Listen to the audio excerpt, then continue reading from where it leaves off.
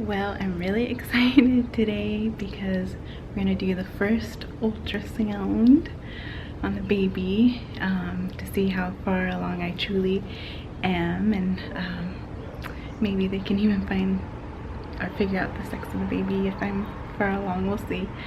So I'm super excited. Ben is taking a nap and we're all gonna go together. So here we go.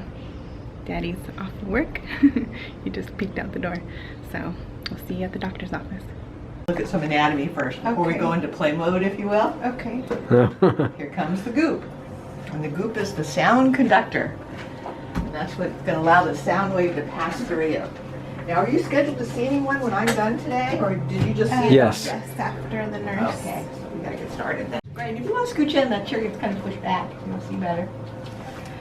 But it sees in shades of gray. And basically it's the brighter or the whiter, the denser, the harder.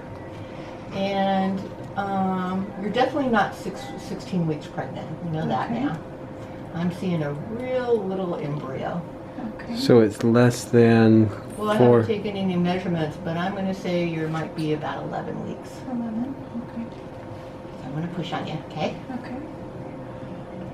At what, when would the gender be? Depends what kind of test you have, but with ultrasound, the way we determine gender is look between the legs. Real scientific. Yeah. So that's usually about 16 weeks. But you are pregnant. There is a little early embryo there. Look at that it's little. Starting to move. Stretch out. Okay, I'm just going to freeze that because it's in a position for me to get a measurement. Are you able to print out a few?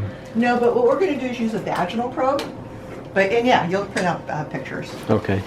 To make yourself comfortable. And you've had this done, right? Yeah. So, with ultrasound, we're looking at shades of gray. And basically, it's the brighter or the whiter, the denser, the harder. So bones would be bright, bright white.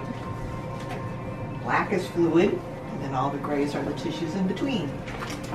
The other feature of sonar imaging is that we're just seeing slices. So these ultrasound probes, both of them, are kind of like flashlights in the respect that there's a beam coming out the end of the probe. And what we see on the monitor is what the beam is shining through. So we're not seeing everything at one time. Aim this beam up into your uterus. There it is, moving around. I'm going to make the image a little bigger.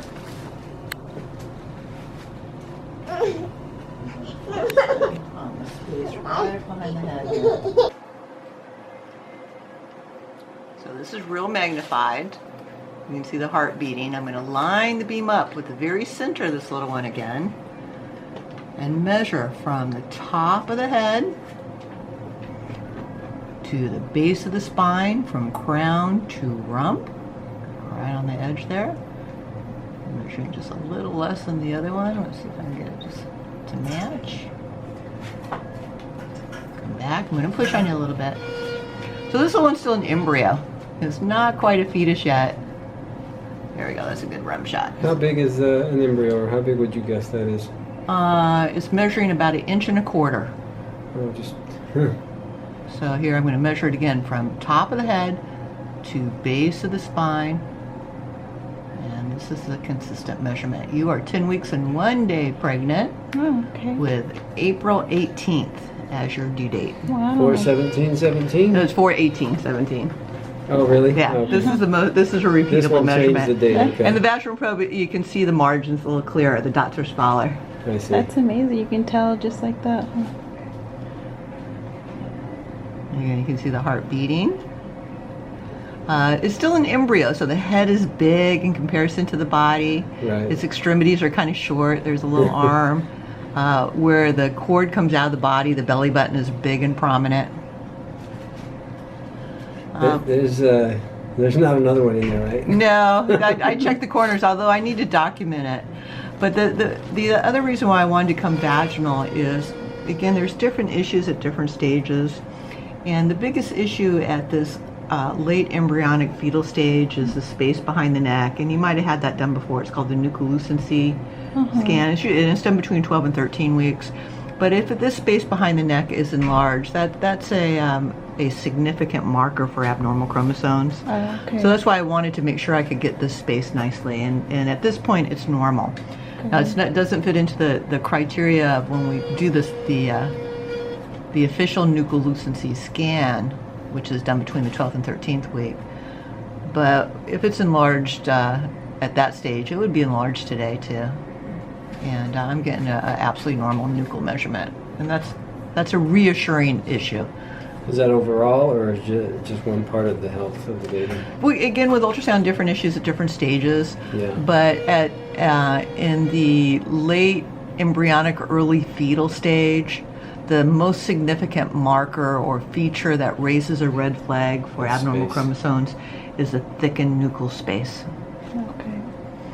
Now, the official measurement is done between 12 and 13 weeks.